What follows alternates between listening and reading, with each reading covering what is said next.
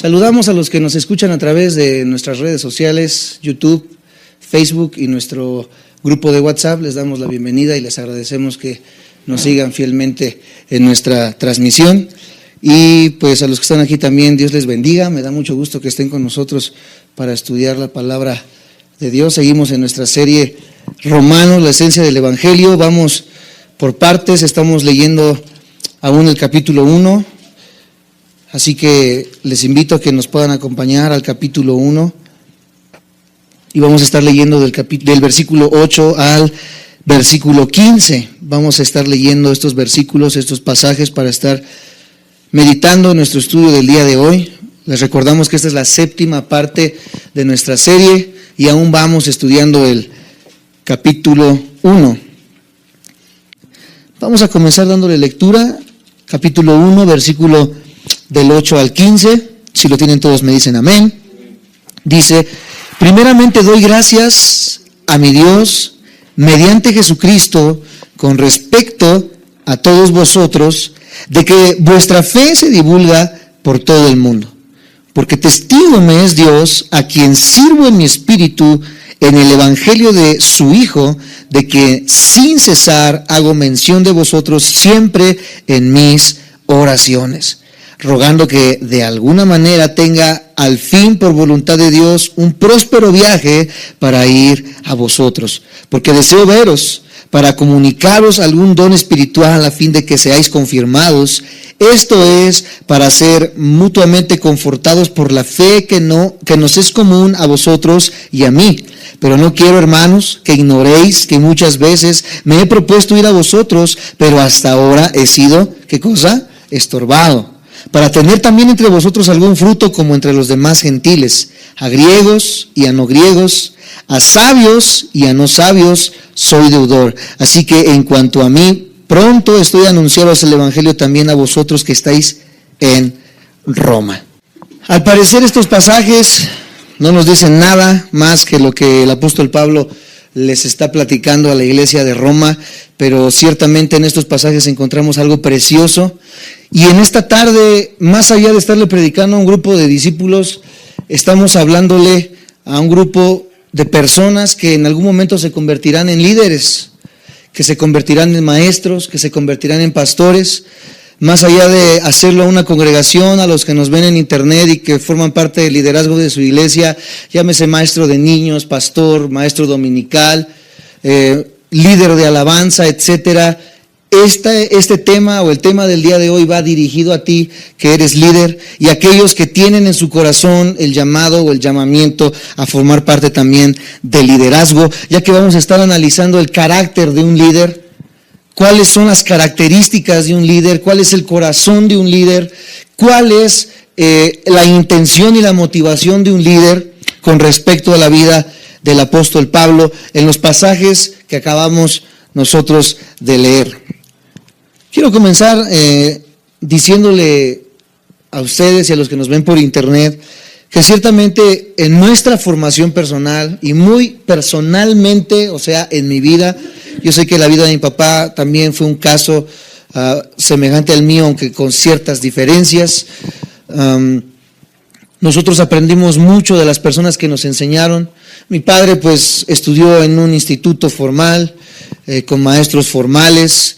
Recuerdo al primer pastor de mi padre, era un norteamericano llamado Chris Jones, que al día de hoy ya no está con nosotros, ya falleció.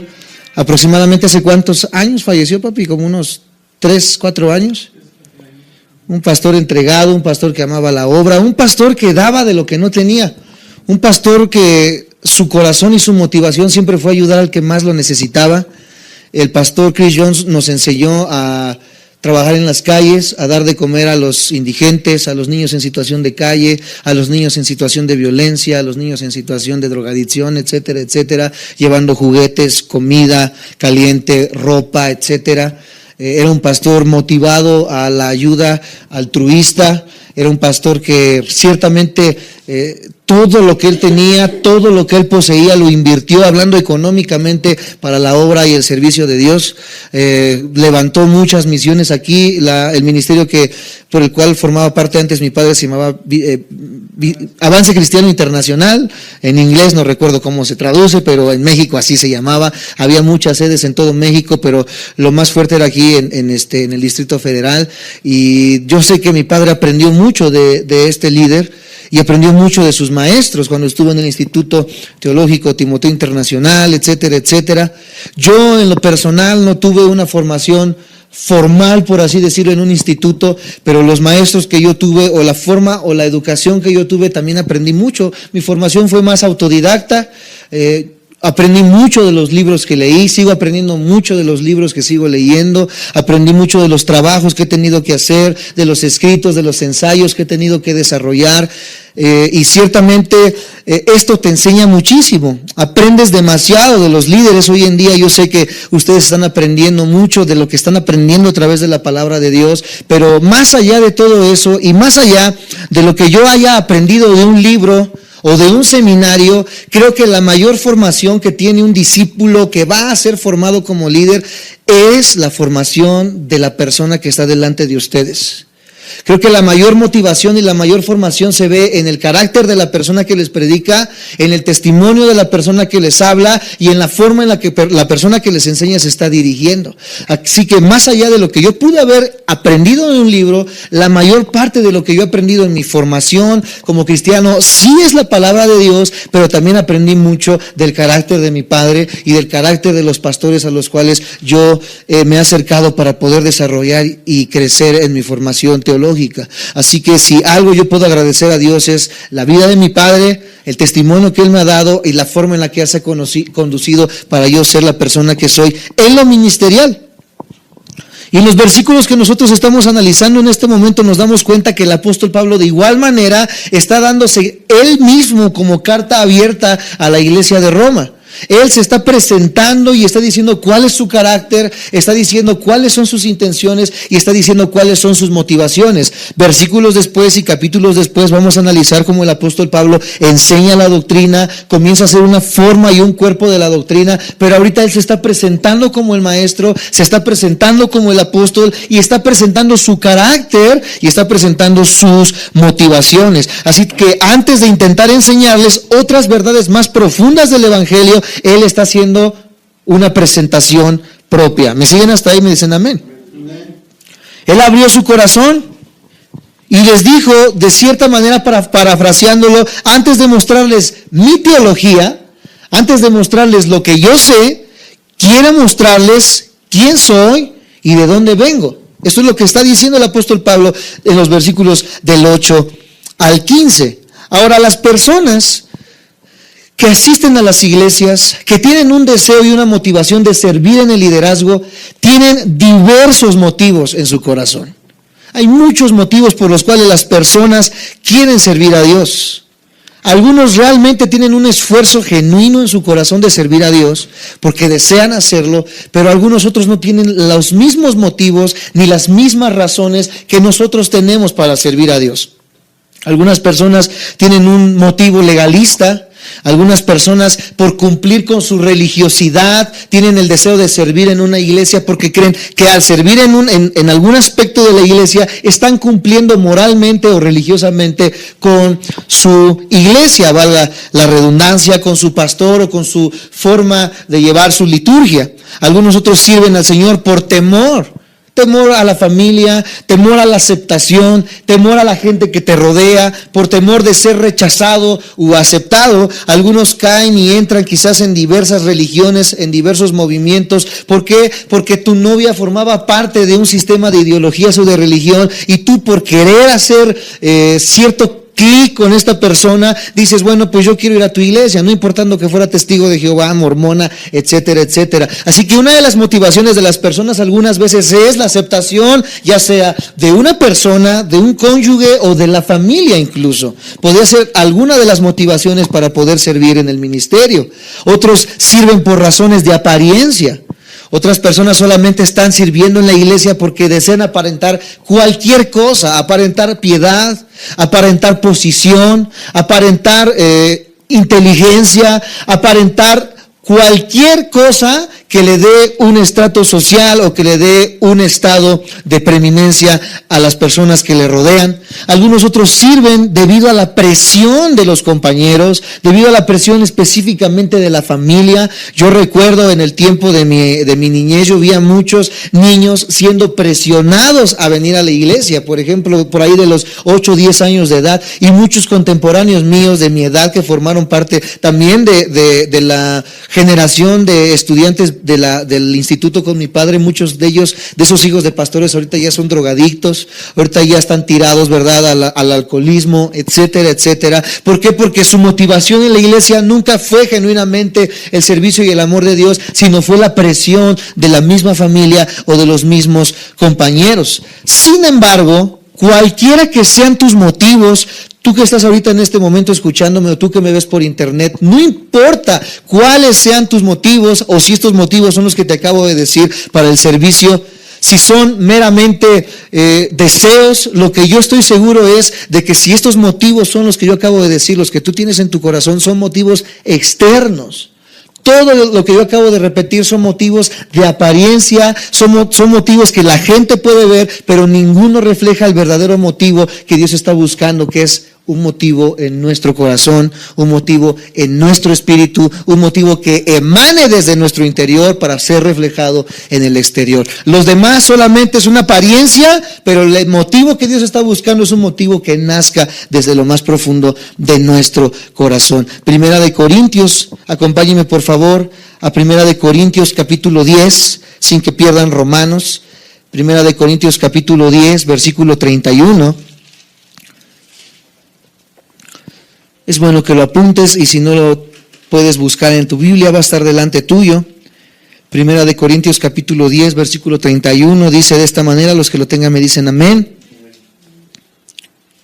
Dice, si pues coméis o bebéis o hacéis otra cosa, todos conmigo, dice, hacedlo todo para la gloria de Dios. ¿Cuál es la motivación genuina para el servicio? ¿Cuál es la motivación genuina de una persona que quiere ser parte del liderazgo de una iglesia? Hacer las cosas para la gloria de Dios, no para mi beneficio, porque hay muchas personas, muchos pastores al día de hoy que lo hacen para su beneficio. Yo conozco a muchos pastores que formaban parte del mismo presbiterio que nosotros. Hablamos de 30, 40 pastores que nosotros conocíamos en la antigua red a la que pertenecíamos, que su única motivación era números en la iglesia. Nos decían cada mes, ¿verdad? Hacíamos una junta con el apóstol, entre comillas, una junta, y el apóstol nos decía, a ver, iglesia de Tecama, ¿cuántas cabezas de ganado? Casi nos decía. ¿Cuántas personas ingresaron hoy a tu iglesia? No, pues hoy a mi iglesia ingresaron, decían unos, 10 personas. Otros, no, apóstol, ya somos 100 personas, ya somos 500 personas. Y su única motivación mes con mes era un crecimiento en número, pero en ningún momento nosotros escuchamos de hablar ni del apóstol, ni de los pastores decir, estamos creciendo en calidad de discípulos. Las personas que asisten a mi iglesia, sean 10, siguen siendo las mismas 10, pero esas 10 personas están cambiando en su manera de vivir, en su manera de pensar, en su manera de ver las cosas. Su matrimonio está siendo restaurado, sus hijos están entrando en sujeción, su esposo cada día más ama a su esposa, etcétera, etcétera. La única motivación del liderazgo de hoy en día son números y enriquecimiento, que la iglesia cada día tenga más posición económica y más posición social de la que tenían semanas anteriores. Entonces, amados santos de Dios, el motivo de un verdadero discípulo y de una persona que quiera formar parte del ministerio o del liderazgo debe de ser siempre que lo que tú hagas glorifique a Dios. Algunos me dicen, pero yo de qué manera puedo glorificar a Dios siendo arquitecto, por ejemplo.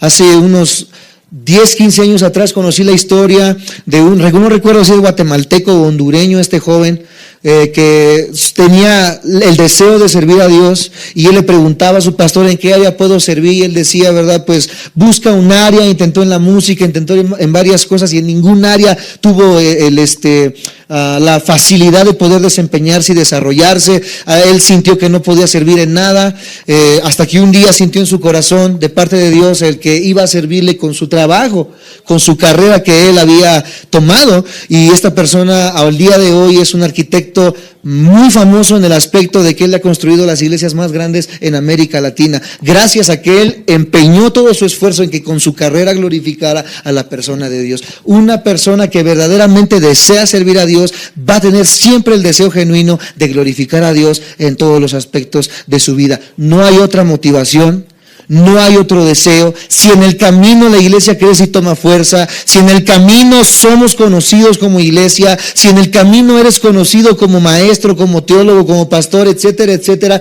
es mera gracia. Pero si nunca eres conocido, si nunca nadie te aplaude, si nunca nadie viene a tu iglesia, solamente 2 o 3 personas, pero tu motivación es la correcta, servir y darle gloria a Dios, amados hermanos que nos escuchan por internet y los que están aquí presentes, si el deseo de tu corazón es servir a Dios, nunca va a importar nada de las carencias, nada de lo malo que puedas estar pasando en tu vida, porque con lo que tú estás haciendo estás glorificando a Dios y no a tu persona, ni a tu carácter, ni a la manera en la que tú ves el ministerio. Muchas personas hoy en día están enseñando que una iglesia próspera es una iglesia que tiene 100 almas. Un pastor próspero es un pastor que se viste con Pierre Cardin, que se viste con gran émico, que se viste o que anda en coches BMW, etcétera, etcétera. Y nada de eso demuestra prosperidad, nada de eso demuestra ciertamente el favor de Dios. Una persona que ama el ministerio y que quiere ser líder debe glorificar a Dios con su vida. Me dicen amén los que me sigan. Sin duda alguna el apóstol Pablo se vio acosado muchas veces por tentaciones de Satanás para abandonar el ministerio. Cuando recibía tanta oposición o para rendirse ante cualquier iglesia difícil, lo vemos en el aspecto de los Corintios.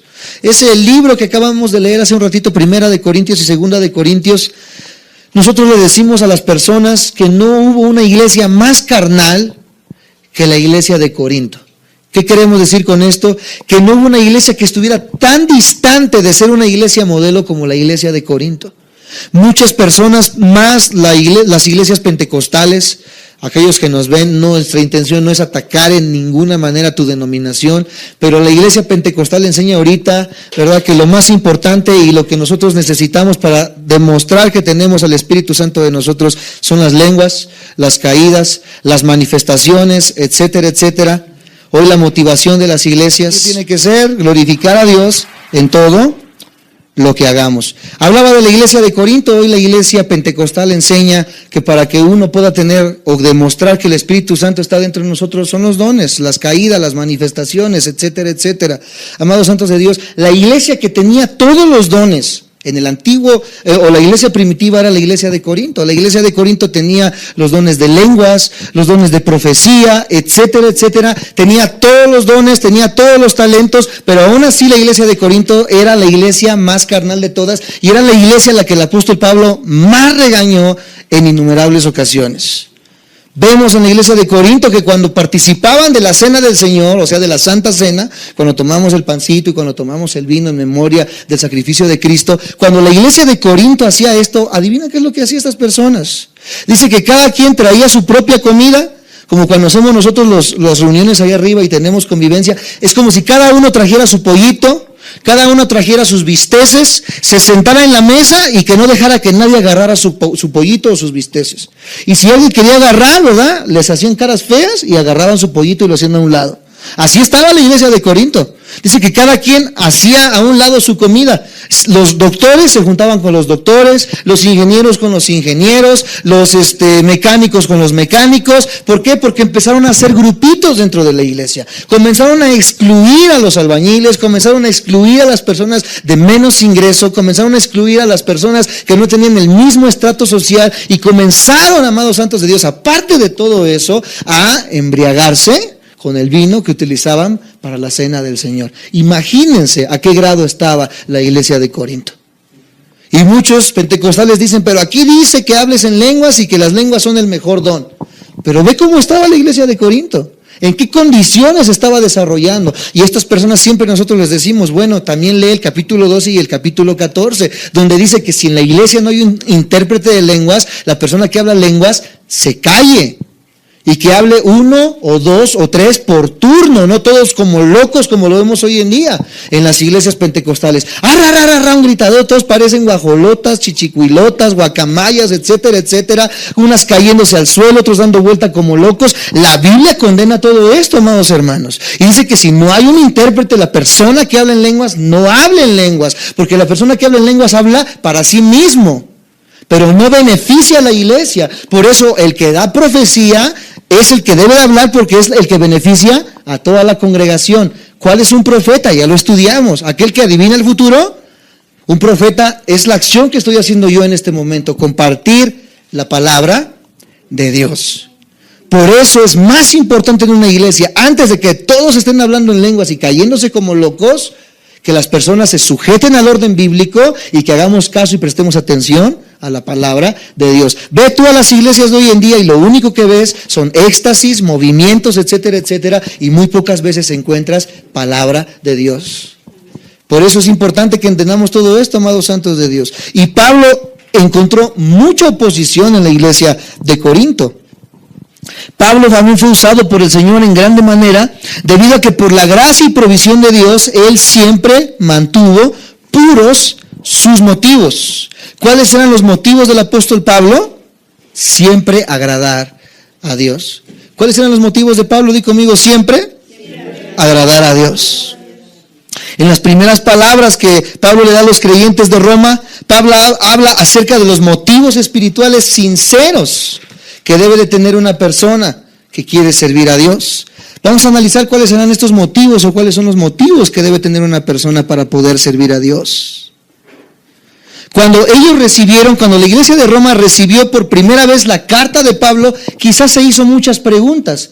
Recordemos que la iglesia de Roma nunca había recibido la visita del apóstol Pablo. La única manera en la que el apóstol Pablo se comunicaba con Roma era por cartas. No había WhatsApp, no había Facebook, no había Messenger en ese tiempo, ni siquiera yo creo que habían descubierto que una paloma viajara a otro lado, ¿verdad? Tan lejano, señales de humo, etcétera, etcétera, imposible. Había una lejanía muy grande entre donde estaba Pablo y la iglesia de Roma, pero había una manera de comunicarse. Quizás la iglesia de Roma decía, bueno, ¿por qué Pablo no ha venido? ¿Por qué Pablo no nos ha venido a ver en persona? Etcétera, etcétera. Y quizás esta iglesia se hacía preguntas. También es posible que se preguntaran, ¿verdad? ¿Por qué no los había visitado de forma formal? ¿Por qué solamente había sido por cartas?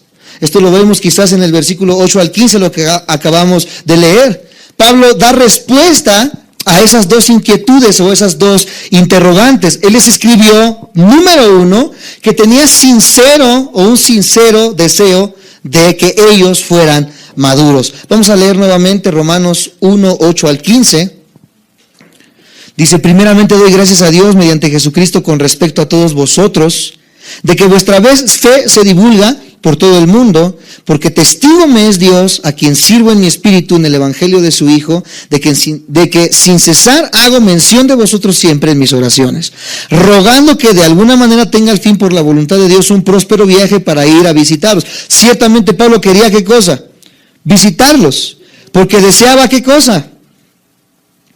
Verlos. Dice, porque deseo veros para comunicaros algún don espiritual a fin de que seáis, ¿qué cosa?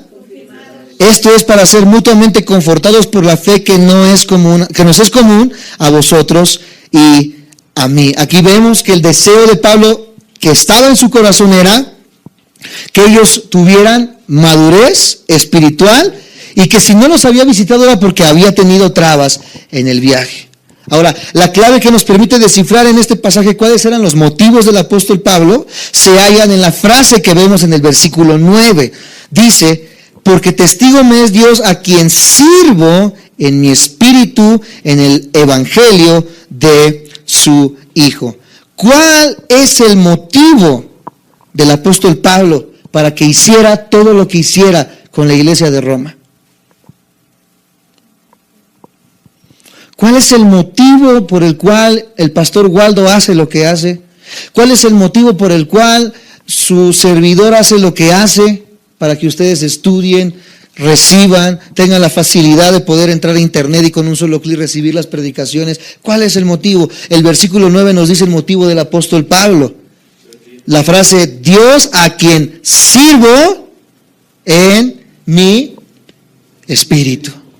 Pablo había sido criado quizás y educado en el judaísmo.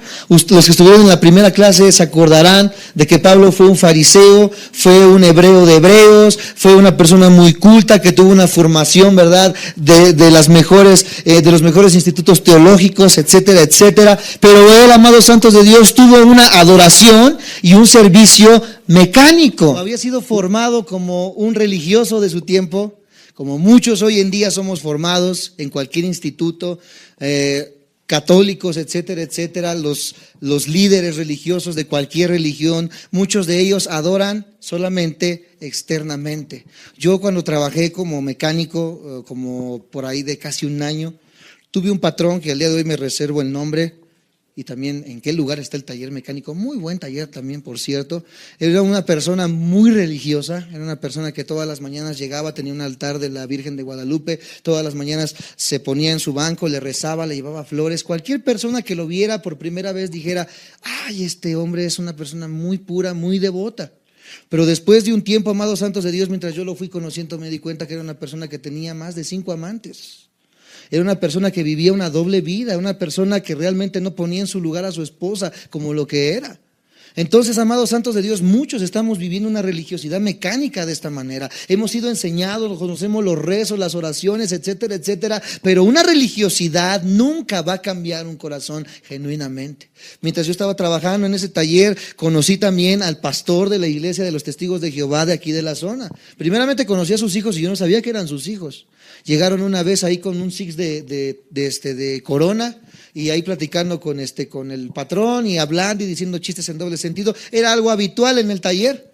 Después, como de 1 hora y media de que se habían acabado el paquete de six, llega un señor, ¿verdad? Y se les queda viendo y les dice, a ver, hijos de no sé qué tanto, mira, miren cómo andan, ¿verdad? ¿Qué va a decir la gente? Después de un ratito, ¿verdad? Él agarra también una cerveza y empieza a tomarla y empiezan a contar chistes. Bueno, se hizo la batahola.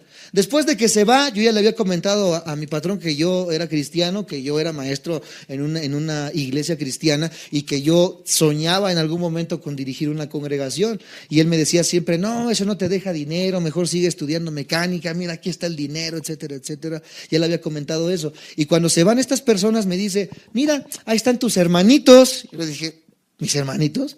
Si los conozco. Sí, ¿no van a la misma iglesia? Le digo, no, ¿quiénes son? Pues es el pastor de los Testigos de Jehová.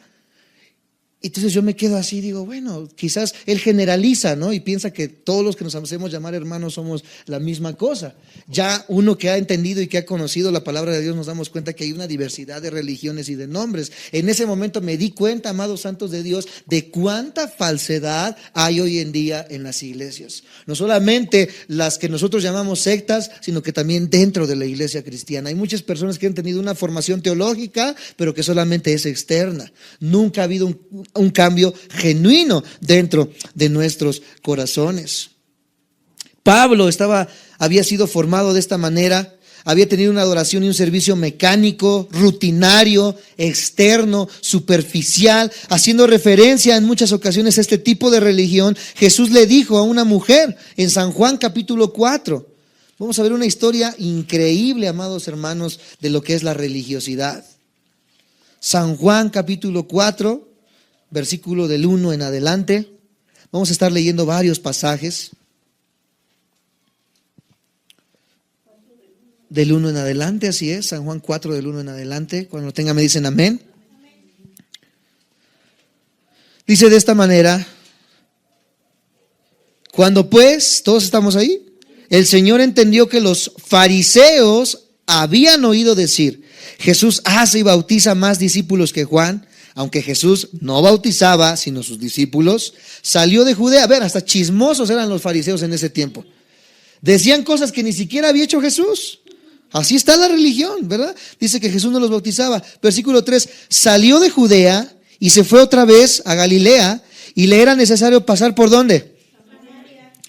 Vino pues a una ciudad de Samaria llamada Sicar, junto a la heredad que Jacob dio a su hijo José, y estaba allí el pozo de Jacob. Entonces Jesús, cansado del camino, se sentó así junto al pozo. Era como la hora sexta. Vino una mujer de Samaria, o sea, una samaritana, a sacar agua, y Jesús le dijo: dame de beber, pues sus discípulos habían ido a la ciudad a comprar de comer.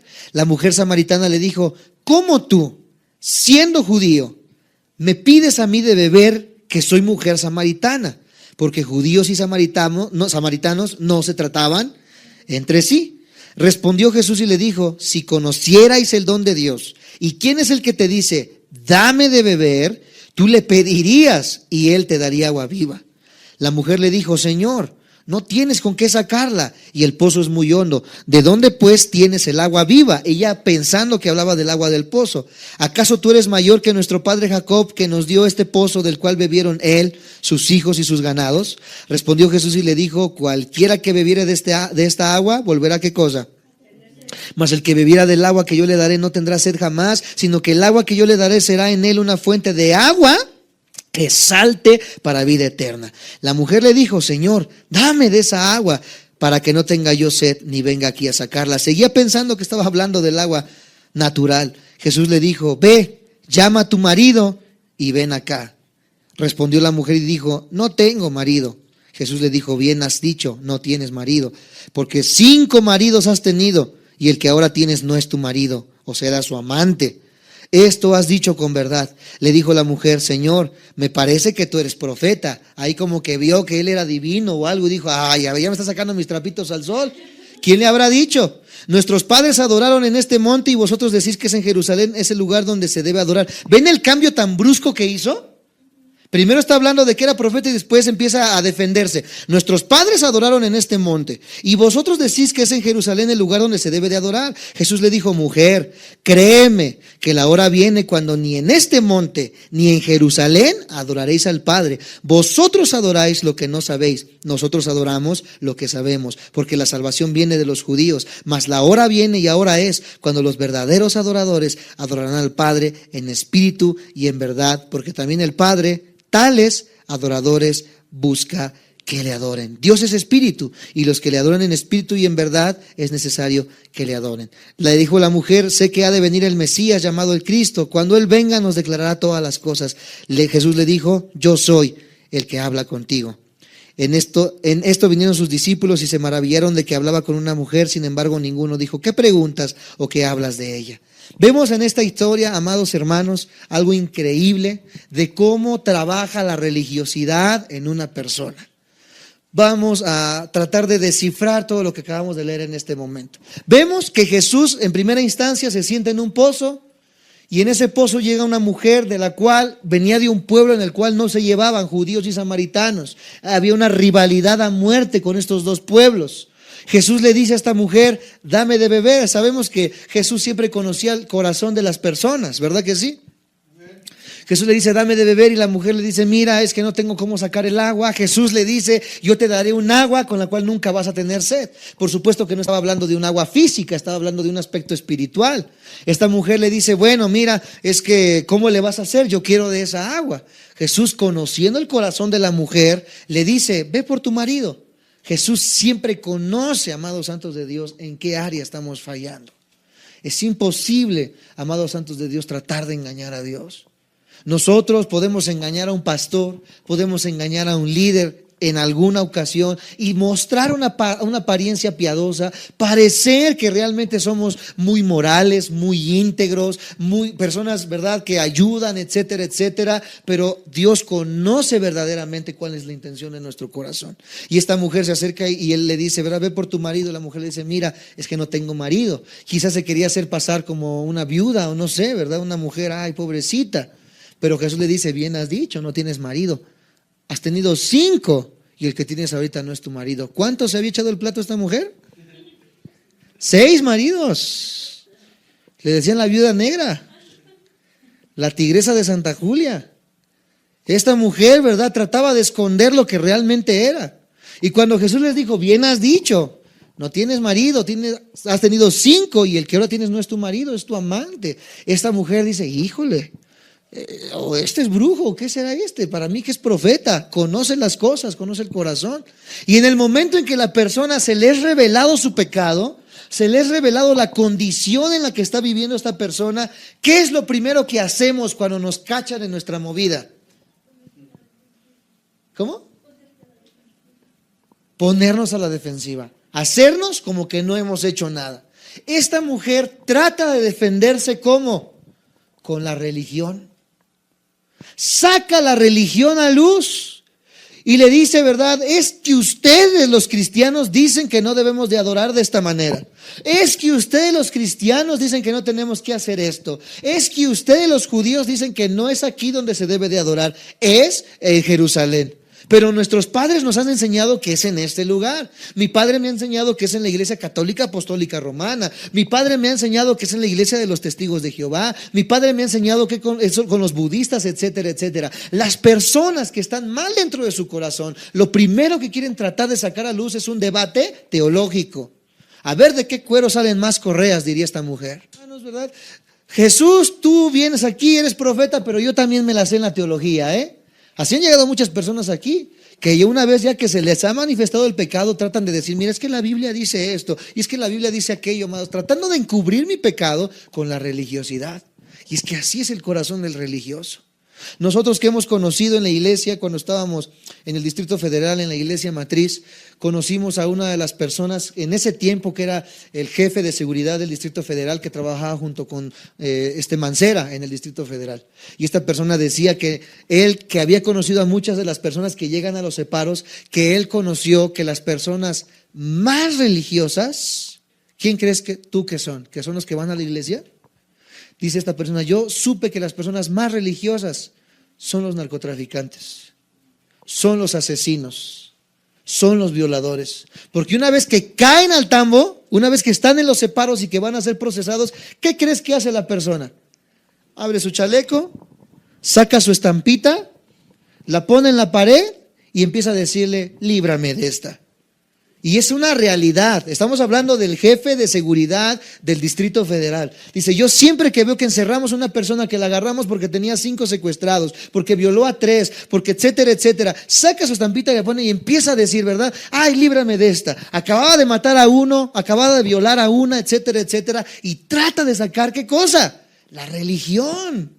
La religiosidad, y creen que la religiosidad va a ayudar en alguna manera en la vida del creyente.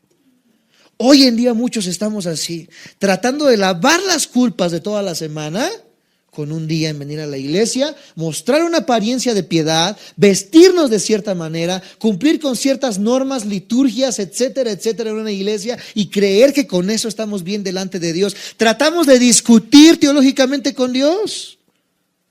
Es que ustedes dicen esto, pero mi iglesia dice esto, que mientras dé, no hay problema que mate. Que mientras dé y haga no hay problema que viole, que el justo querrá 7 veces 7 o que me hay que perdonarme o algo así dice la Biblia, ¿verdad? Ni siquiera la conocen, pero tratan de acomodarla a su parecer. ¿Qué le está diciendo Jesús entonces a la mujer en este momento? No importa tu religiosidad, no importa qué es lo que tú creas, llegará el momento en que ni se va a adorar aquí, ni se va a adorar allá. Vamos a leerlo una vez más para que sigamos el hilo de lo que estamos leyendo. Versículo 21 de San Juan 4 dice, Jesús le dijo, mujer, créeme que la hora viene cuando ni en este monte ni en Jerusalén adoraréis al Padre. Vosotros adoráis lo que no. Ustedes adoran lo que no conocen, chato. Imagínate a qué grado están llegando los religiosos hoy en día.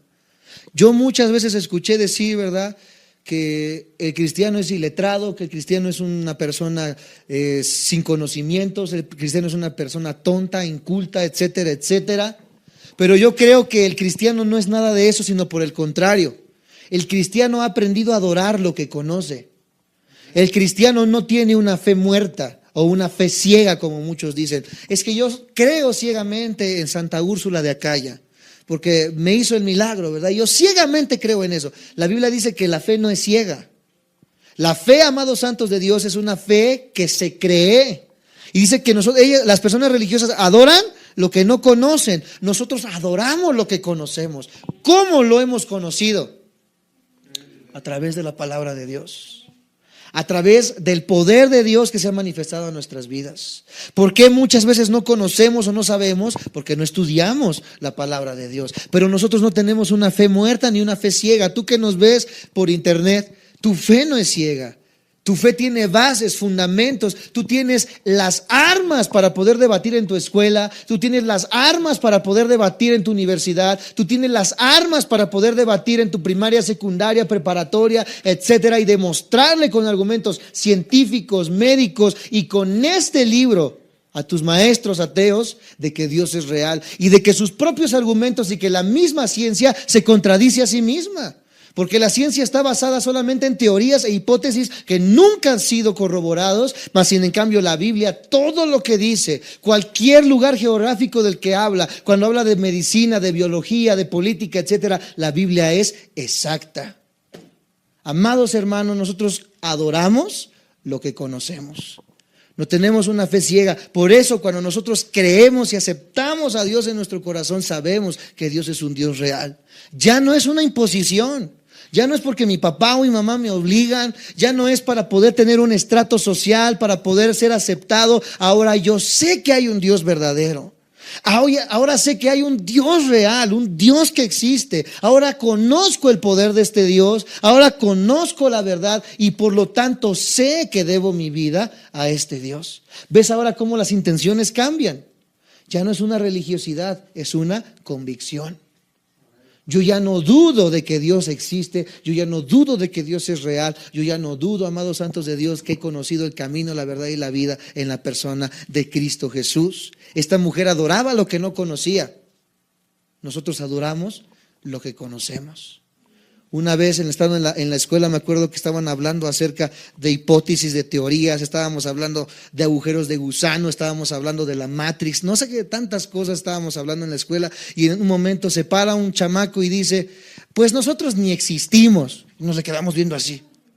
Sí, nosotros somos un sueño iluso de algo, ¿verdad? Que está formado de no sé qué tanto que es la Matrix y todo lo que estamos viendo nosotros ni siquiera existe. Nos quedamos viendo los unos a otros y lo único que pudimos hacer es soltarnos a reír. ¿A qué grado, amados santos de Dios, está llegando el engaño de creer que lo que vemos no es real? Cuando la Biblia dice, amados santos de Dios, que lo que vemos es, que lo que no vemos aún es más real de lo que vemos, que hay un mundo espiritual y que este mundo en el que estamos viviendo, amados santos de Dios, en planos reales, que la guerra que estamos viviendo como cristianos es real, que la muerte es real, que la vida es real, pero la gente habla lo que no conoce, repite como perico lo que otros hablan. Viene tu maestro ateo con Friedrich Nietzsche y te empieza a clavar, ¿verdad?, las 80 tesis que él escribió para debatir en contra de la Biblia. Nada más tú leíste la primera y con eso ya te sientes intelectual y comienzas a decir, yo no creo en Dios. Porque Friedrich Nietzsche escribió y dijo esto y esto, aquello y aquello, etcétera, etcétera. Repetimos lo que no entendemos y lo que no conocemos. Pero ninguno, amados santos de Dios, de los que se llaman ateos, jamás han venido sinceramente a este libro para poder estudiar la obra, la vida de Jesucristo, el plan de Dios para nuestras vidas. La mayoría de ellos conocen ciertos pasajes que han sacado de libros y de revistas, pero nadie nunca se ha sentado para poder decir, Señor, si tú existes, quiero respuestas. Sinceramente, adoran y creen lo que no conocen, pero nosotros hemos creído y hemos sabido que hay un Dios real. Dios le dice, o Jesús le dice a la mujer samaritana en estos pasajes, va a haber un momento en que ni en esa iglesia, ni en aquella iglesia, porque algunos dicen, es que yo voy a Vida Nueva para el Mundo, aquí está la verdad. Yo voy con los testigos, acá está la verdad. Yo voy con el pastor Waldo, acá está la verdad. Va a haber un momento ni que ni aquí, ni allá, ni en Vida Nueva para el Mundo, ni en casa de oración, ni en la Iglesia Bautista Internacional se va a adorar al Padre, sino que se va a adorar, dice, porque Dios está buscando adoradores en espíritu y en verdad. Mas la hora viene y ahora es, versículo 23, cuando los verdaderos adoradores adorarán al Padre en espíritu y en verdad, porque también el Padre tales adoradores busca que le adoren. ¿Qué le está diciendo Jesucristo a esta mujer? Amados santos de Dios, que la adoración verdadera y aceptable de Dios no se adjudica a cierta área geográfica en particular, No se adjudica a rituales, no se adjudica a iglesias o actividades, a formalismos, etcétera, etcétera. La verdad y la verdadera oración se produce por medio de la fe en el estudio de este libro. No importa que adores abajo de un pirul, no importa que adoremos abajo de un árbol, no importa que tengamos un palacio de iglesia o que estemos adorando en un garage como este, no importa el lugar, porque va a haber un momento en que ni se va a adorar en cierto lugar, sino que se va a adorar en espíritu y en verdad. ¿Qué importa en una iglesia? Que las vidas estén siendo transformadas por la fe en la palabra de Dios. No importa la iglesia, no importa el edificio, no importa lo que se tenga o lo que no se tenga, Dios está, di conmigo, buscando. ¿Y por qué crees que está buscando? Porque ciertamente hay una carencia de adoradores. Hay iglesias repletas de gente, pero lo que nos está diciendo la palabra de Dios es que aunque haya multitudes, Dios está buscando adoradores verdaderos. ¿Qué nos está diciendo esto? Que hay miles de adoradores falsos en las congregaciones, que han tenido una religiosidad, que han tenido una apariencia externa, pero que no han conocido verdaderamente a Cristo Jesús. Durante los años que precedieron al apóstol Pablo, él mismo, amados santos de Dios, demuestra o vive una apariencia externa que vamos a analizar la semana que viene. Él vamos a comenzar a ver la vida que llevó Pablo antes de ser cristiano. Él fue un celoso de la religión. Él, antes de ser conocido como Pablo, era conocido como Saulo, el asesino de cristianos, una persona que mató, que hizo, y todo en el nombre de su religión. Pensaba que lo estaba haciendo bien, y al final de cuentas Cristo tuvo que tumbarlo del caballo. Hoy a muchos, o la semana que viene a muchos, Dios nos va a tumbar del caballo.